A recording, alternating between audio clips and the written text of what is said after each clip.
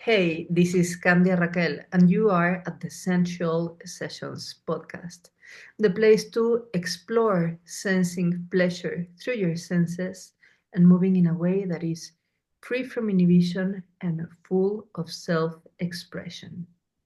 And if you haven't already, please go to my website and subscribe to get these episodes delivered on your inbox every week. It's candiaraquel.com, my name, which is www.candiaraquel.com. And today we have a very special guest. This is Upasaka Upali, best known as Upali, and he's a meditation teacher from the Theravada tradition who has a very interesting scope on living a more delightful life that is not only about being super detached and spiritual far away, but being here now in the body. Welcome, Upali. I am very happy to have you here. I'm so happy to be here. Thanks for having me. So, you mentioned something that blew my mind. That is, you cannot get out of suffering by suffering. And though it's like obvious, like if you have the hand in the stove, you cannot stop burning yourself by staying there. You have to move there. So it makes sense rationally, but I don't know if it's my Western conditioning or being brought up in a hyper Catholic Mexico with hippie parents, but I am immersed in a culture of suffering in order to deserve that in some way I have reframed as hustling. Like if I want to be happy and have a good life, I have to earn it. And I believe that you are right, that that's not the way. The way to get out of suffering is not by suffering more. So what do you say about that? How did you arrive to that conclusion? Well, it took a lot of help to arrive at that conclusion, a lot of support. And yeah, I think this is something that's so interesting that this context of meditation practice in the West, at least from what I understand, there's something about our culture that it really values like if you want to get something, it's like you have to work really hard towards it. You essentially you have to suffer in order to get the good stuff.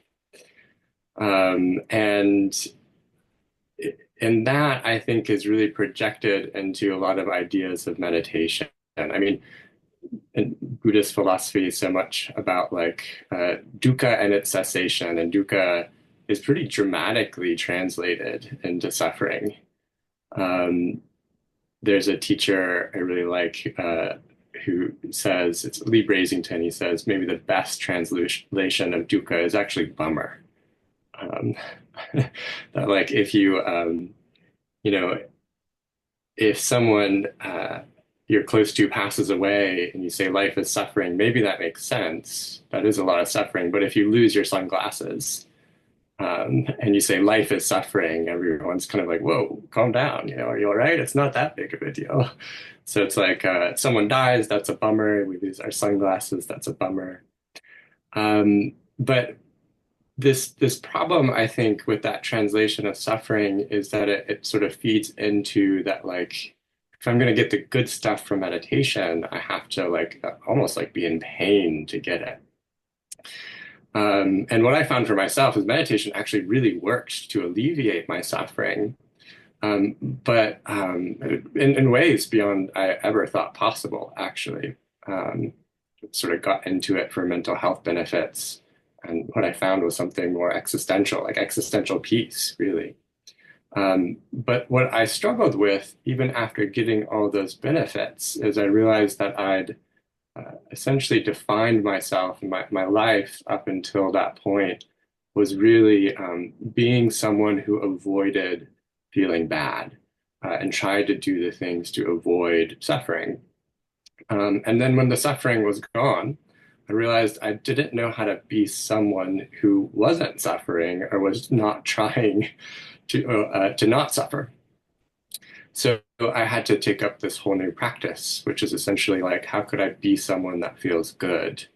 And that was so counterintuitive to me. In fact, to put it into words sounds really redundant and almost pointless. But it's like I had to practice getting good at feeling good. And I didn't realize that that was a practice, that it's actually quite a bit of work, and takes quite a bit of care to get good at feeling good when there's something that's kind of baked into my experience, probably all of our experiences on cultural levels, biological levels. That's sort of the aversive kind of not suffering or avoiding suffering or feeling like to not suffer, we have to suffer because that's just how we know how to do things.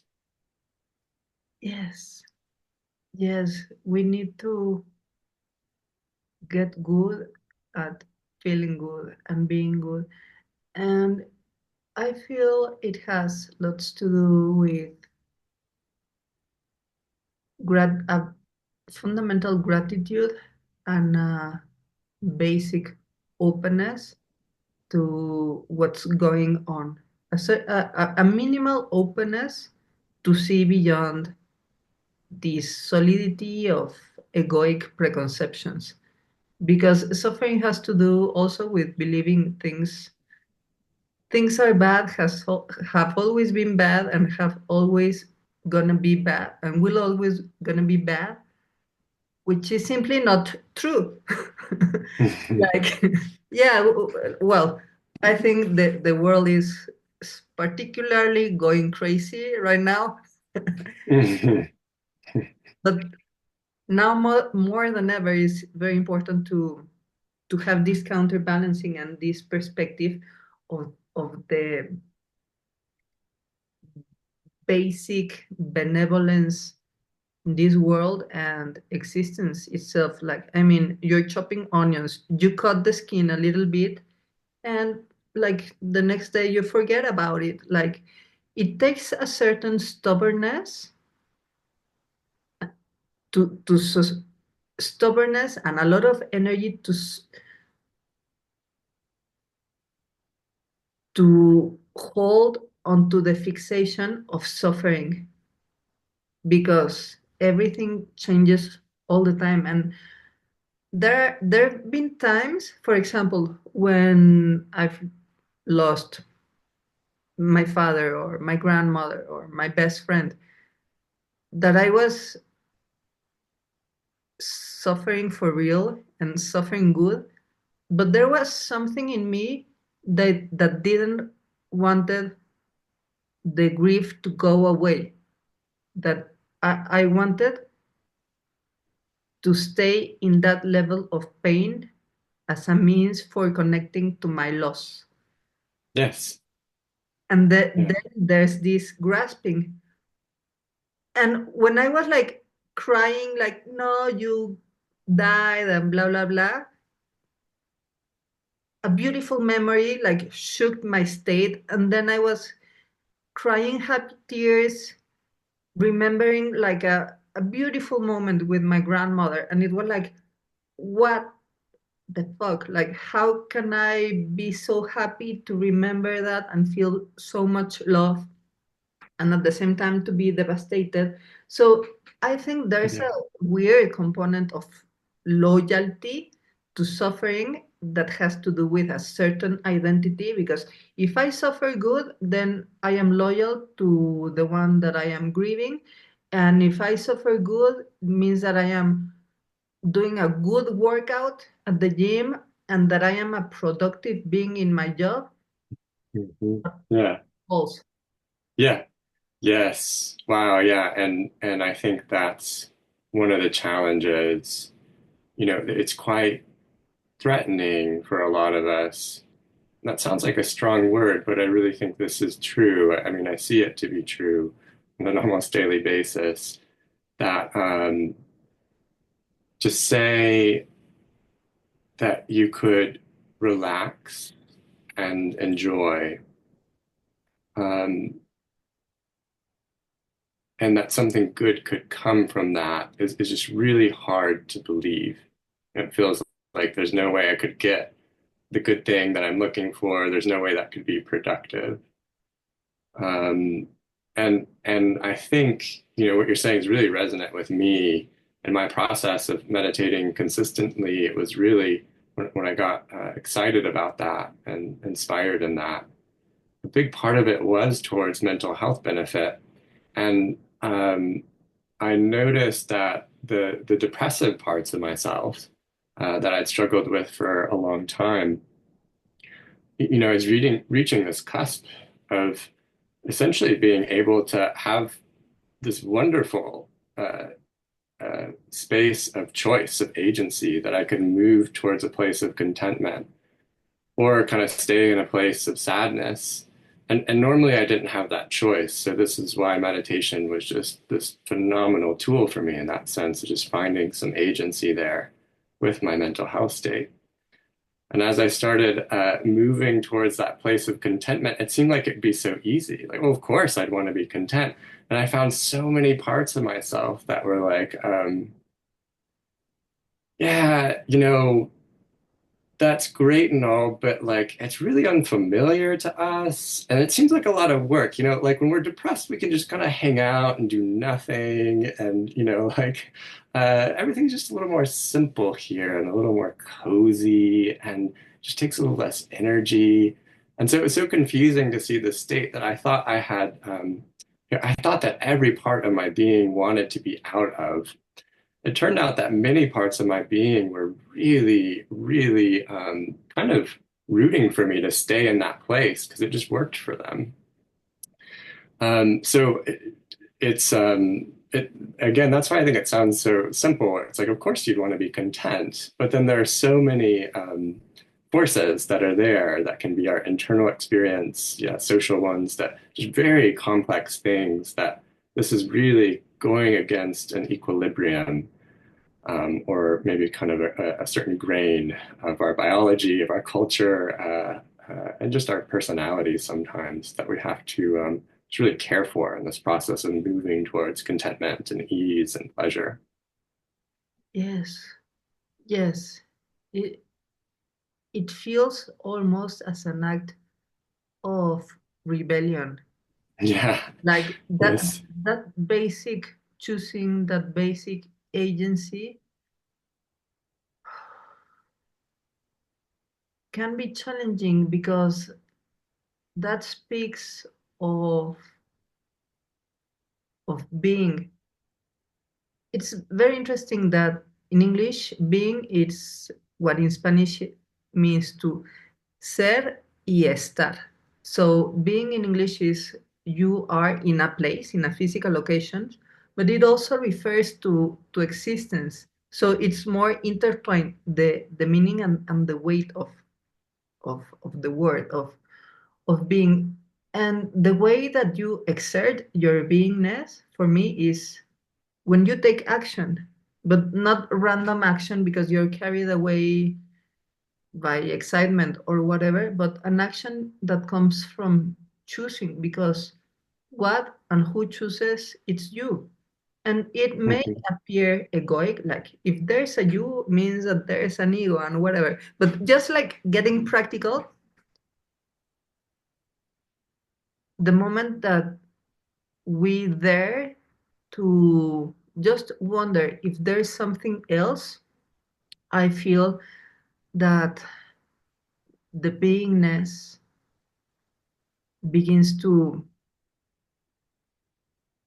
it's all almost as coming back home to your heart because the heart has to do with choosing, but you can also be so numb not to feel your heart, not to feel what you're feeling, not to realize what you somehow not to really realize what you are seeing. And yeah, it's like now who am I gonna be? And I think this happens a lot with addictive personalities. For example, when I was in university, I was a party girl. I had very nice grades and everything, but I like to study hard and party hard. And I drifted away from that environment when I became serious about dancing. So I studied biology in the morning and contemporary dancing in the afternoon. So I had no time for partying, not for drinking or smoking or anything. And there I went through a personality change and only at an appearance level. And suddenly I found that I had no topic of conversation with people that were very close to me. And there were nothing that we could like find a common ground because I was not partying and I didn't want to smoke a joint with them. And yeah, like the person that I used to be in a certain atmosphere, like that person faded in impermanence because I moved to the beingness of dancing. And I feel that with depression and mental health problems and basically with suffering, there's a huge element of identity and belonging. Like you say, Mhm. being depressed, it doesn't make sense, but actually it makes a lot of sense to find comfort in the uncomfortable of a familiar blue, moody state of mind. And I feel it has a purpose to be sad and also to suffer is part of humanness. But the problem is when we think that suffering is a 100% thing, because it's not. Like you are super concentrated suffering, and then you taste an exquisite guava. It's like, this is so delicious, or a chocolate or something that carries you from suffering to pleasure. And at the same time, like you can be like in the celebration of your first child or an epic realization, and then you get the news that there's a new retaliatory tariff or whatever. So it's Yeah. not a 100%. So it it's almost as if suffering could be something to hold on to because it's apparently so solid, but it's not solid. Right. Yeah. And I mentioned this biological side of it, and I think that refers to a negativity bias that we have. And meditation, um, or I think any of these practices where we take time to just sort of be present in the moment and let our attention rest on something that's at least neutral, maybe just like breathing, but maybe even positive, something pleasurable and nice. There is something that is against the grain with that. And that, like, from an evolutionary perspective, if all we noticed was just how wonderful everything was, we probably wouldn't be very good at noticing, like, I don't know, while we're eating the guava, like the leopard that's about to eat us. So, so it's like, thank goodness these mechanisms are there. They're really great towards our survival. Seeing what the problems are and where they are is really good towards existing. And there's this, there's just a lot of context, I think, in the world that we live in today, where um, it's just maybe hard to see like uh, how a lot of things on the national level down to just like personal and social levels are really kind of bring out this sense of crisis and this response that that feels life or death and scenarios that really aren't that. Um, And so what's great, I think, about having a practice that connects us to present moment experience is that it just gives some context, just to really like talking about like just that knowing, sort of knowing of like, well, where am I at right now? And like, ooh, wow, I really do feel something is just intense. And why is that? And it's like, oh, because, well, there is something threatening that's happening right now. Well, that's a great time to feel intense and activated. Uh, um, and then other times it's like, wow, there's really this activation. And actually, as far as I can tell, things are fine. So that's interesting. What's that about? Um, yeah, so there's a lot more that I think we could explore and go into on that, but that's what comes to mind with what you're saying. Yes. Yes. Wow. The practice of meditation brings perspective and like, yeah, fortunately we have this negative bias that we can be enjoying the wava, but also noticing the sound of a building cracking because there's an earthquake or whatever. Like you gotta throw away the wava and run for your life. So I love that this sincere contentment that is reached, well, not even reached, is cultivated with a practice of meditation, is in no way a spiritual bypass. It's not like, oh, everything is perfect, there's nothing going wrong, and and let's default into the same passivity that we default into when we are in deep suffering and depression, which are states without energy, with that have no vitality, stagnant states. And now I feel that is more important than ever to take care of our inner green zones and gardens and flowers, because that's what is worth protecting. Like Yes. we don't want to protect suffering and drama and chaos and crisis. We want that to be contained and metabolized and assimilated as as when you get a flu or stomach ache or an infection or whatever, but not to dwell in that, not to let yourself be carried away in the tsunami of chaos. I mean, if you get carried away, well, then you have your practice to know this, like, oh, okay, I am getting carried away and this is a real situation and I am in danger. Let's do something about it. So Hmm. so the spiritual practice does is not canceling the practicality of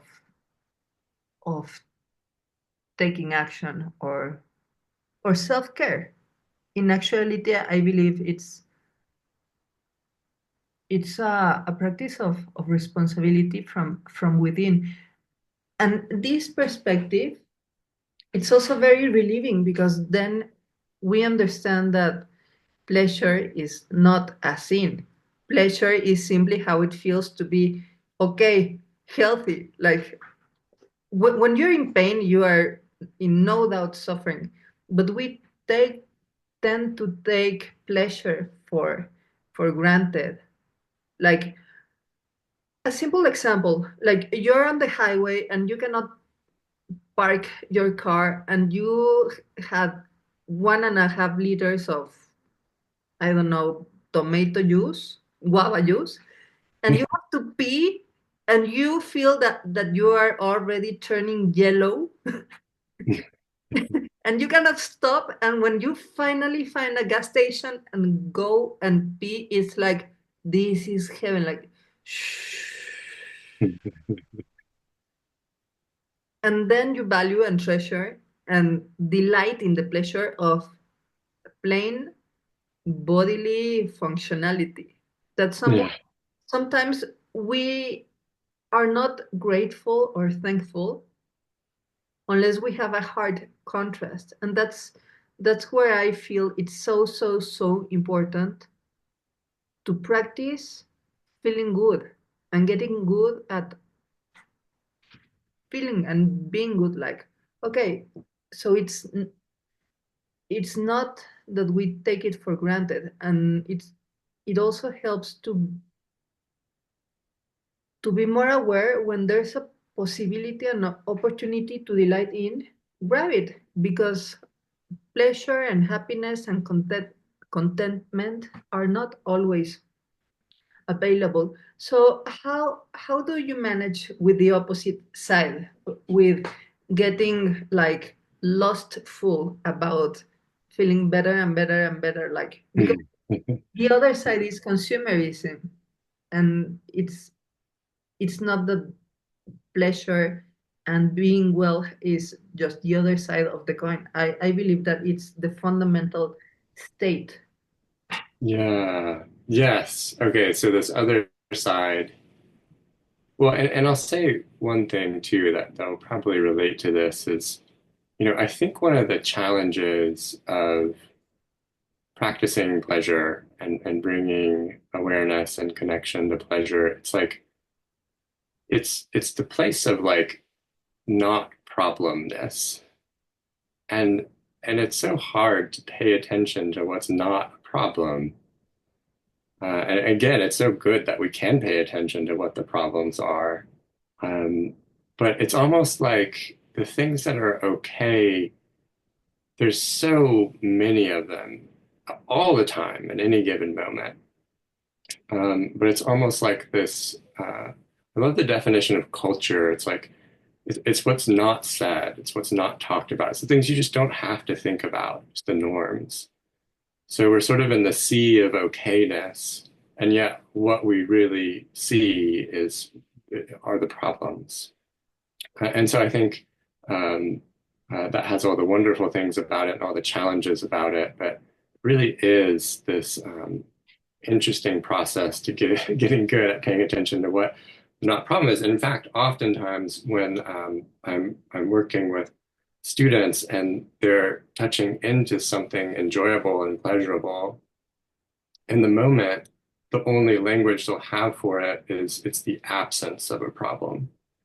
To put it in the positive is like the step that has to be learned of like, oh, well, that's joy. That's what that is. Not sadness is joy. Interesting. And here's how I know I'm joyful. Whether it's a physical thing or just something in the environment or just so many channels in which that can be experienced. So yeah, so I want to highlight that subtlety of like paying attention to the not problems.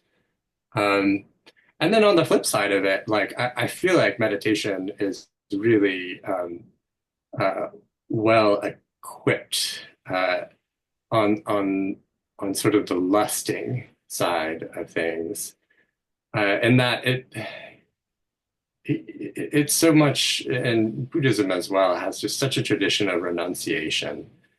So these practices of meditation are just a portion of like a path. Um, and the rest of that path is so much about lifestyle. And that lifestyle is just trying to create like the best kind of conditions where it's just kind of simpler, easier to sort of be present and be in the space of knowing. Instead of pulled by these really tempting things to be pulled by.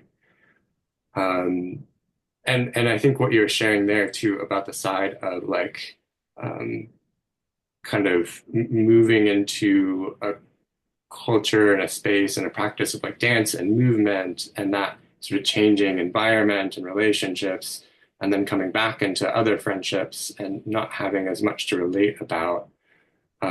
This is where I think in meditation and really any practice, I think that's really moving towards embracing pleasure.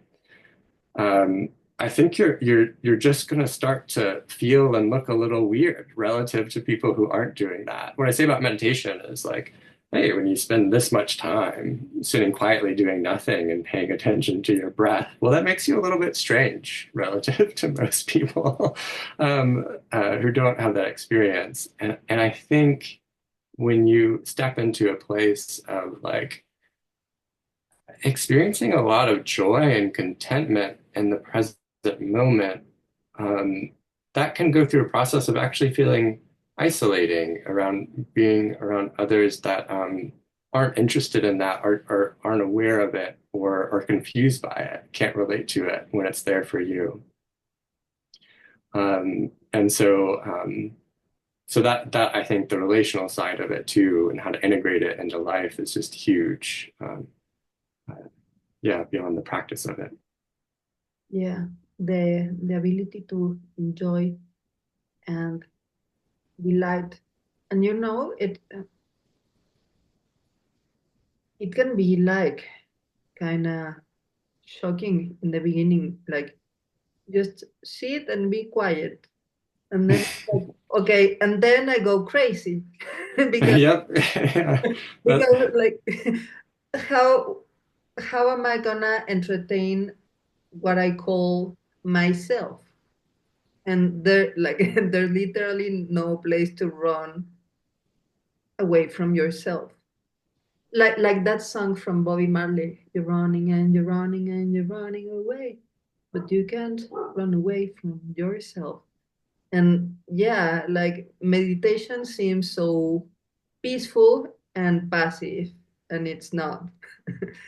It hmm is, but it isn't, because it's like, okay, and now I am in a full-blown gossip about your strategic policies, only with myself sitting there. And Yeah. there goes my meditation. Or another episode is a super fantasy. And it's like, no, no, come to your breath. And okay, I am coming. So Yeah. it gets really interesting, and something that I believe it's very important in order to be able to see, to acknowledge suffering, is the aspect of boredom. Because Yes. apparently being sitting there could look as something boring. But what I have found really boring is that I realize that I am telling myself the exact same story about whatever thing, and I am defaulting in the same fantasy, and I am full blown on my same discourse about geopolicies. So there's a moment when this apparent solid idea of the self, that is what creates that state of suffering, becomes like when you can see it like, I am doing the same thing. And a typical example is, for example, in relationships, that you're dating the same person but with a different body and in a different time of your life, but it's repeating the same pattern, or like getting into the same, like stepping into the same exact stone one and over. And that is super boring. And then I have experienced like a certain like feeling trapped in a maze of the Mhm. sameness. And I feel that pleasure, like if I am realizing that I am in that loop of what I always think and I always believe and I always end up feeling in a certain way, something that gives me solace is noticing the breath. And it's not Mhm. just Mhm. noticing the breath, but by noticing it, like the only way you can notice the breath is when you feel, when you sense physically that you are breathing. And then that becomes like a whole new universe, and that actually is a real universe. The Yeah. only thing that is real here now, this breathing. Yeah. So, what do you think about embodiment? Yes. Yeah. Well, with what you're saying there, one of the really interesting things with meditation practice is it's just this internal and reflexive process where we get to be with our bodies and our minds, and the mind is just infinitely complex. Um, and and with that, it's really neat to see kind of what arises, what our patterns are, and all their like interesting, fascinating, fantasy, discursive brilliance, and solving all the problems of the world. And then in another moment, so bored to have to sit quietly, just like polar opposites of experience that can happen within, just moments of each other, and then whatever comes next. So to get to kind of witness that and watch it unfold is really interesting on a lot of levels of just kind of knowing ourselves and then even knowing how we are in relationship to others. Um, and so on the idea of like kind of like suffering and like the Buddhist philosophy would be like there's dukkha, that suffering or unsatisfactoriness. And then there's like a cause to it. And then if you remove that cause, then it ceases. So there's a cessation of that suffering, that unsatisfactoriness. And um, there's actually a Pali word that's the opposite of dukkha. It's sukha. And so I feel like this might be kind of a cure for the Western issue of suffering meditation. It's like there is joy and contentment, and there's the proliferation of it. There's what leads to that proliferation. And so I think to answer this question of embodiment and kind of the distinction between the mind and concepts and ideas versus like physical sensation. Um, in the physical sensation, it's like why we might want to pay attention to something as neutral or really boring to the mind. It's like, why pay attention to the breath? I mean, I'm going to breathe anyway. And if I'm not breathing, I'm not alive. So it's like, I don't need to, the part of you that like does things and solves problems goes into this place that needs no problem solving, works perfectly fine as it is, and is just going to hang out there and be with it. The reason why we might do that is first, actually, because it turns up the volume knob. It lets us know this contrast of like, wow, um, I, plan out the groceries I'm going to buy like 100 times in 10 minutes. And I'm pretty sure I only needed to do that once, but my mind just keeps doing it again and again and again. Interesting. And without that contrast, we might not even know the mind's tendency towards that. So that's kind of the first step. It's like turning up the volume knob. Um, and it's actually the case for a lot of beginning meditators who are just getting into this, that at first being still and quiet with themselves feels quite good. And then soon they feel like meditation broke them because now their mind is really busy and it wasn't that busy before. And they just feel like they can't meditate because their mind is so busy. And it's a huge breakthrough. It's like success. It's like, no, your mind's it's always been this busy. Now you're aware, you're seeing that inner landscape. And so it's fantastic to be able to know that. And then so the work from there is like seeing on the side of satisfactoriness. Well, it turns out that thinking about the groceries you're going to buy 100 times in 10 minutes is not that satisfactory. It's not really where it's at. So if it's not, then what is? And that's where all of a sudden just breathing in the moment, one, it's just here. It's just what's happening right now. And it kind of, it gives us this like, it's not that just being able to focus on your breath is like the end goal of meditation, because that's about as exciting as it sounds. it's not a very neat party trick. You know, if you tell your friends like, "Hey, I can really know when I'm breathing," you're probably not going to inspire them in meditation. Um, they're like, "Good for you." I, I don't know that that's relevant for me, or that I want to spend my time knowing that I'm breathing. But it's like those moments of just knowing that you're breathing, like really being with it, are probably these moments where something feels present. If there's some okayness, it's sort of known, like um, it's that place of something more satisfactory than sort of worry for the past or concern for the future. It's like this doorway into what is okay right now. In fact, even the pleasure and the goodness that's here right now. So I think there is the embodiment in the side of like the breath literally is a physical sensation. So there is something bodily oriented there. But I think the embodiment that meditation is pointing towards is like more and more just being with what is. And a lot of times we get there is through just physical experience because that's what's happening in this moment. Yes, you can get to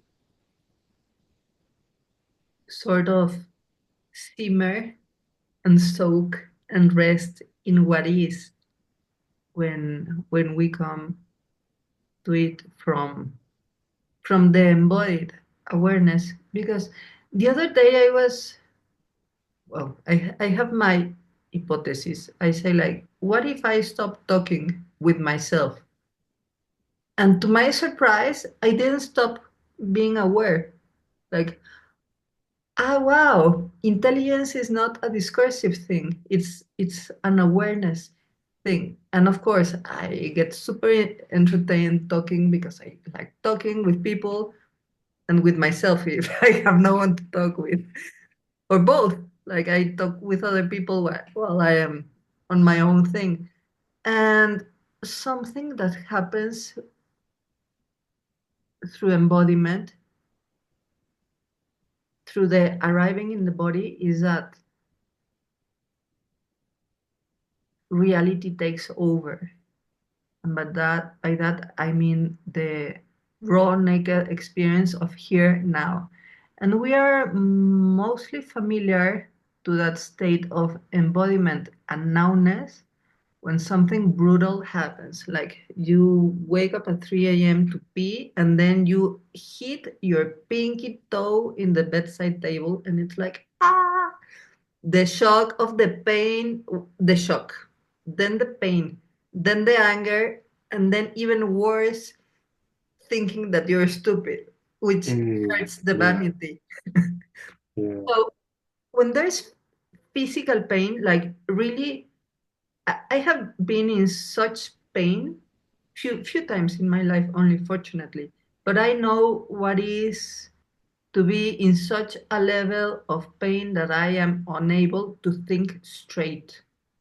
Like the bodily experience overrides any discourse of thinking. And I feel it's truly a treasure to have an embodied meditation practice, because then you are using the the habitual available mechanisms to be in touch with what is Mhm. without the need of pain. Yes. And then when you begin to rest in that okayness, like, okay, world is going crazy, but at least for the coming 5 minutes, coming hour, perhaps coming month, like I have my basics covered, like then something almost magical begins to happen. An openness, an openness from the self to the others and to the world. And then breathing becomes something so full and so Yeah. like I have had experience that I am just laying there existing, and and so full and so cheap. Yeah, and I feel it's um, the embodiment of joy and satisfaction, and sometimes when you're lucky, the embodiment of happiness is almost a radical act in this society of consumption where everything is transactional and where pleasure has tried to be forced into a product. Like, yeah, you want to feel satisfaction and joy, like you go to the psychiatrist and get some medications, or to your drug dealer, or to the Starbucks, which is a sugary dealer as well. Yeah. Yeah. Yeah. Yeah. Um, yeah, I think the side of consumerism, it just really appeals to these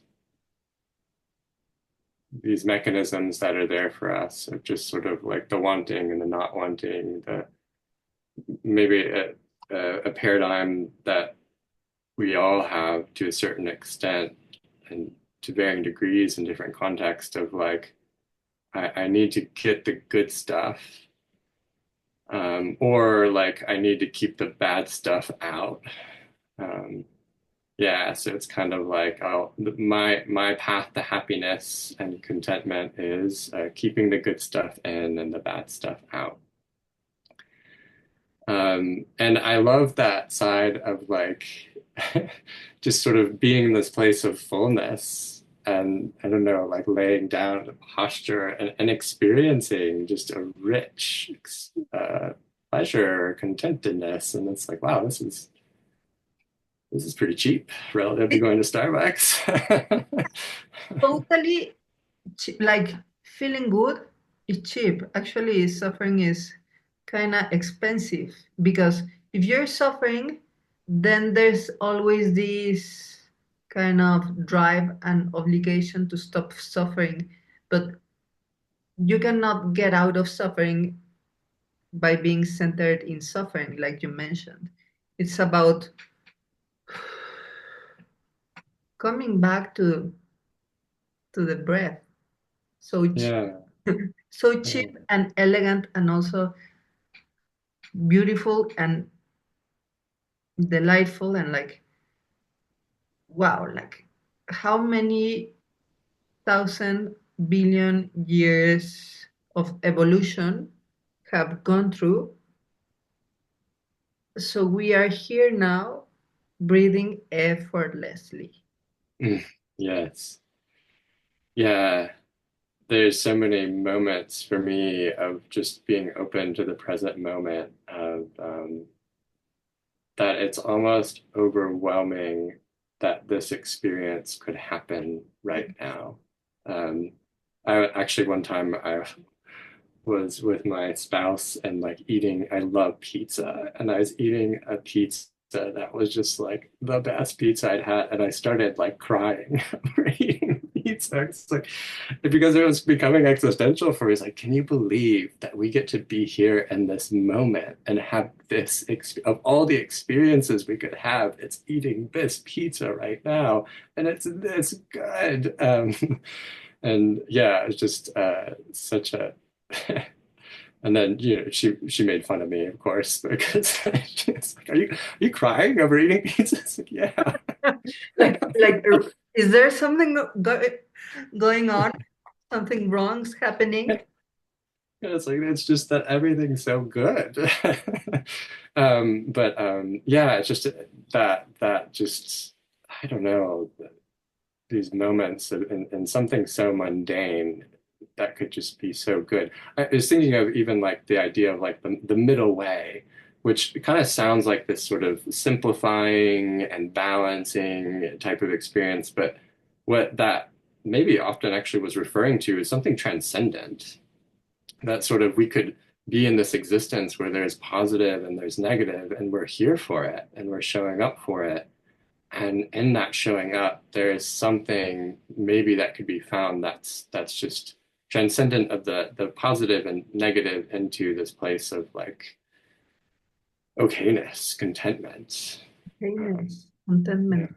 Yeah, and your experience with pizza was so raw and naked and real as sincere as if you had blown your toe with a hammer. Like, and and that is what life and reality offer to us moment by moment, and it's the state we thrived in when we were little babies, and where when we learned how to crawl and to walk all by ourselves, which are the most complex, biomechanically speaking, movements, more than what Simone Biles does on the Olympics. Walking is an extremely, in physics, an extremely complex movement. And we learn that non-discursively, like without these machinations of suffering. So it's an innate state. The pizza o state that pertains to our true nature.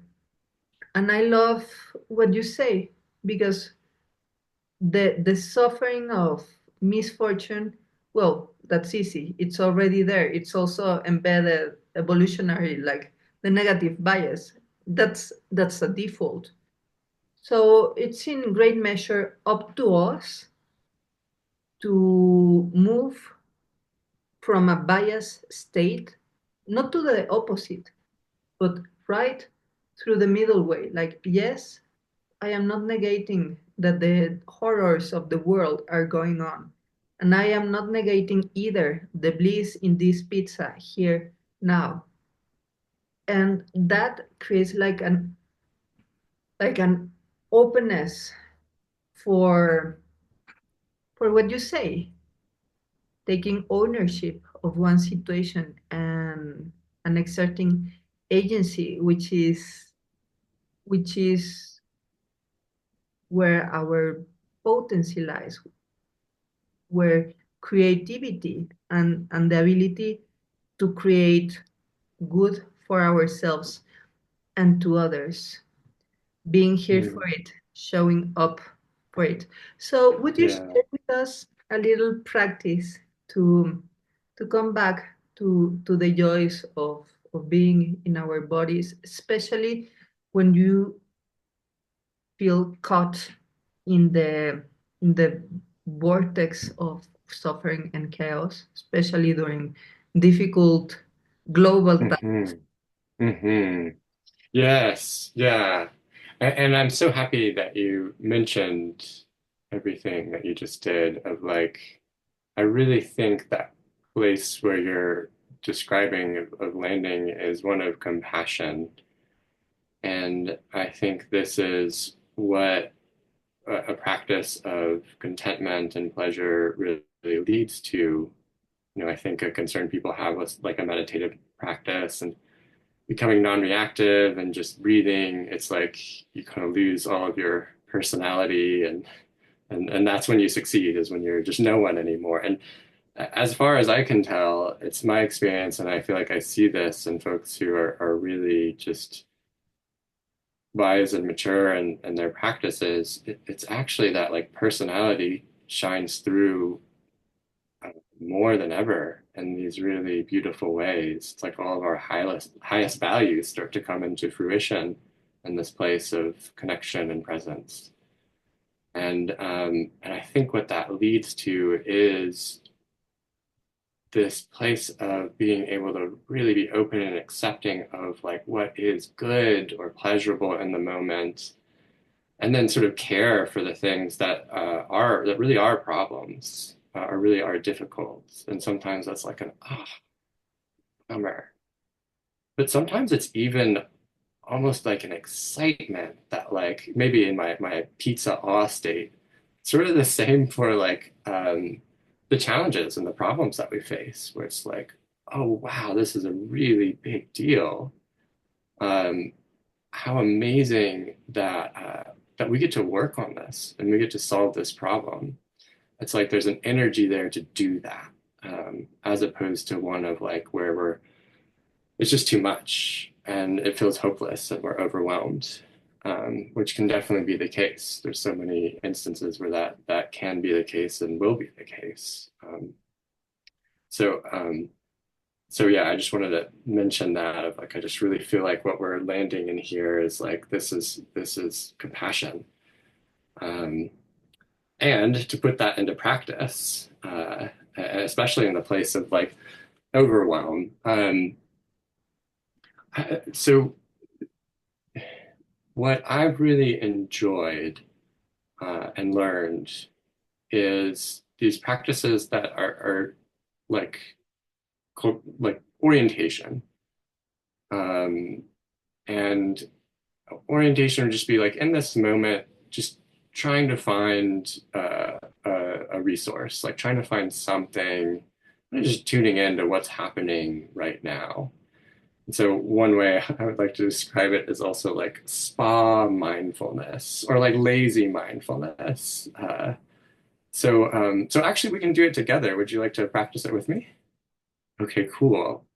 Um, so I'll just ask you like, is there anything that you're aware of right now? Like what's maybe grabbing your attention? What's just sort of front and center in your experience? Front and center in my experience. In my inner experience, that I am afraid that my dog Dynamite comes like a crazy, I don't know, rocket and starts barking because there is a dog passing by my window. This is my window, and I have just seen a dog passing, and I am just like waiting for the blow.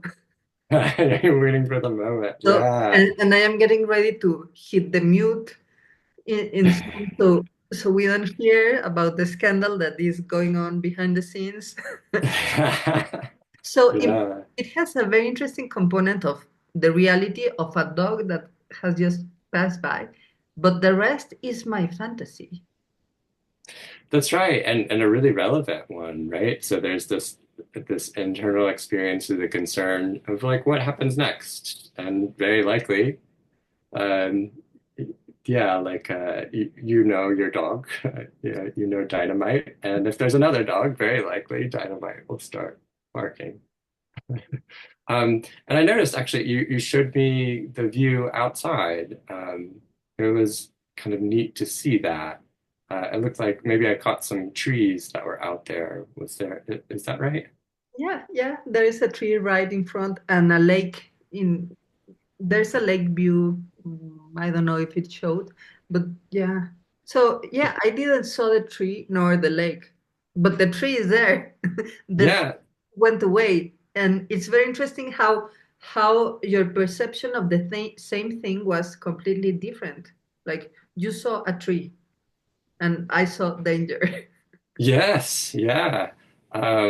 And maybe this is one of those moments of like, yeah, there is the potential for this to happen. And what I'd also say, just knowing that inner experience is, you know, that's right. And that seems very relevant to this moment. And personally, I have a dog. I love dogs. If Dynamite starts barking, I'd find it endearing. It's like, oh yeah, Dynamite's here. So I really welcome any barking and Dynamite to be present as part of our orientation, maybe even a resource in our orientation here.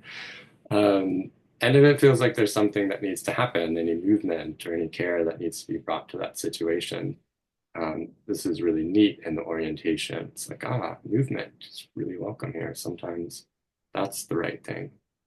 But if it is feeling okay to notice that space of like trees and lake, I wonder how it is just to bring that to mind too, in addition to everything else, just to say, yeah, they are the trees. There is the lake. Yeah, yeah, and I am starting to feel different. Like this is a wonderful day with bright light and yeah, and very clear blue sky.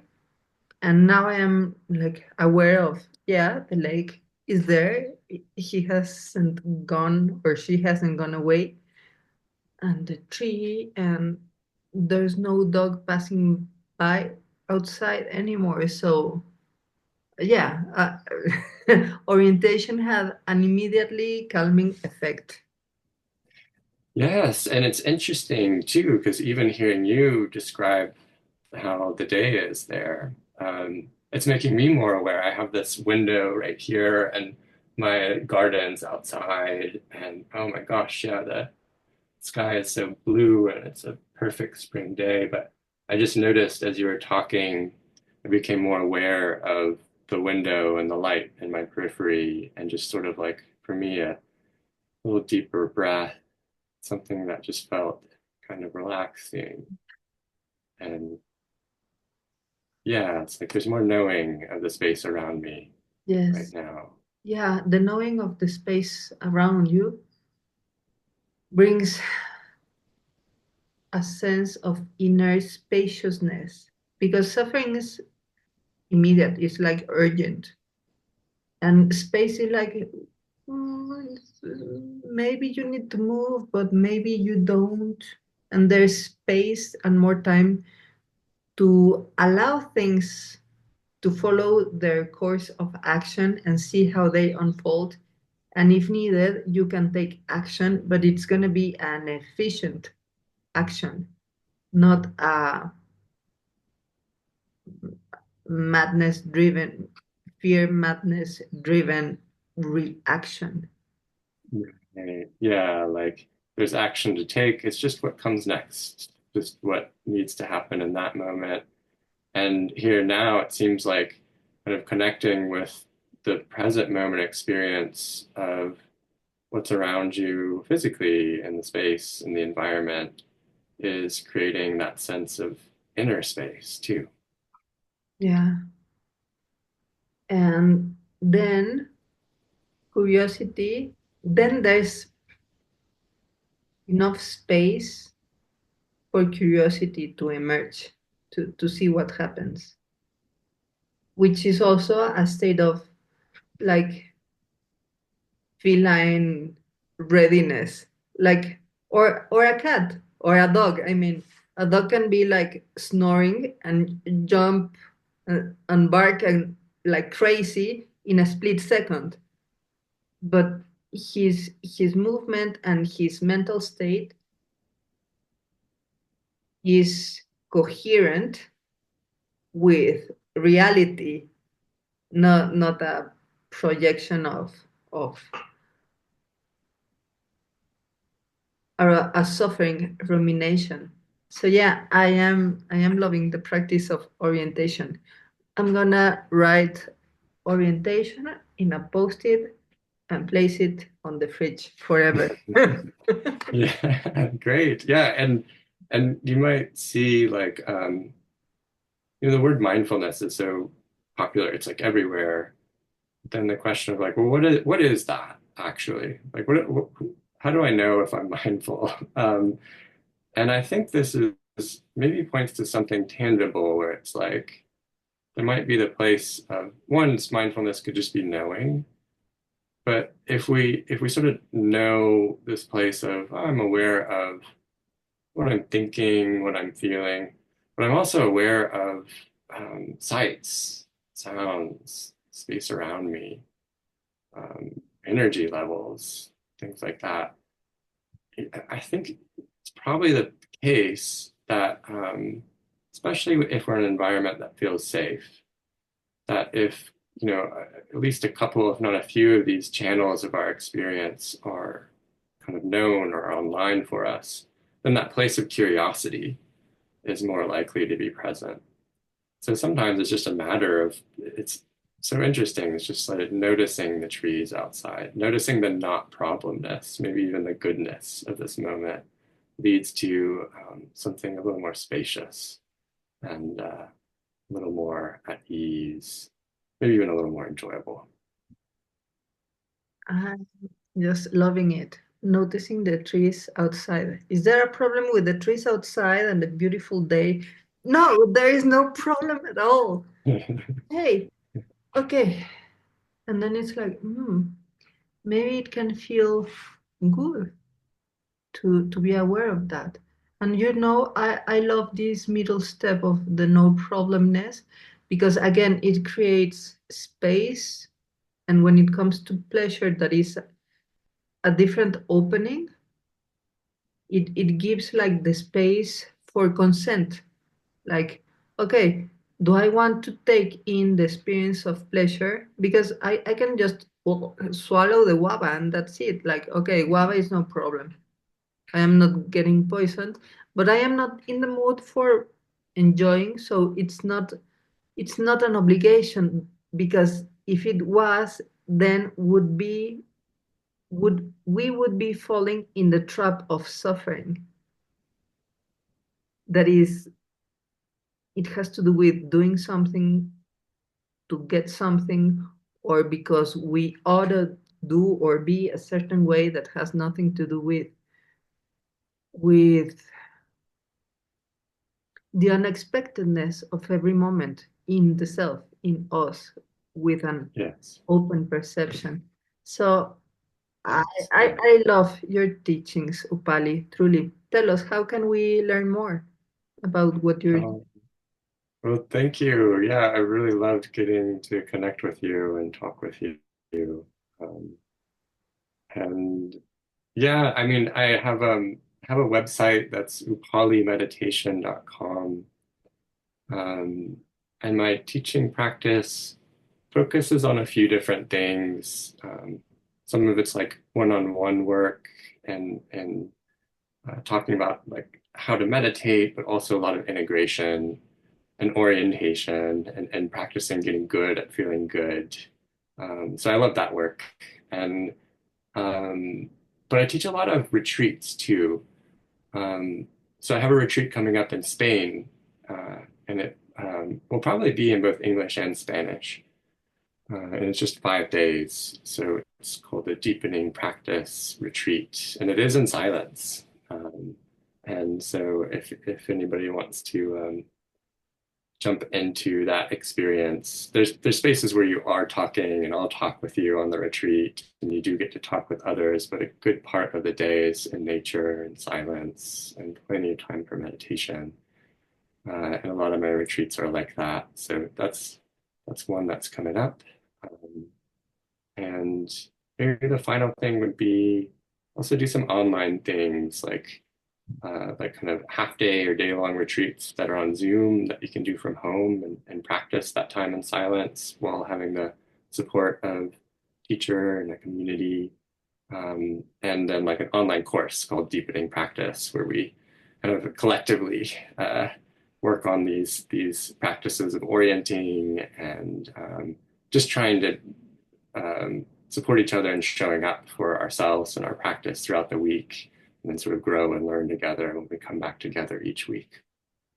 Great. And are you on social media or only on I Upali? am, I think, yes, I am on Instagram. I have a very small following there, so you could become one of the few and follow me on Instagram. I'm not great at social media. Uh,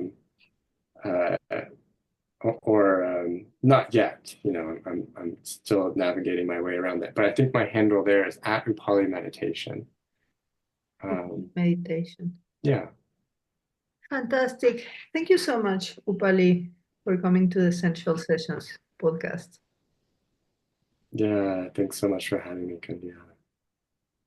And also, thank you, Sensualist, for being here this unique episode. So go follow Upali on Instagram at Upali Meditation and visit his website, which is upalimeditation.com, and jump into a one-on-one, an online course, or even better, to his coming retreat in Spain. Also, if you haven't already, go grab the free guide to awaken sensuality at my website, candiaraquel.com, which is www.candiaraquel.com. And see you next time. Until then, take the time to sense your fire so you can share the flame.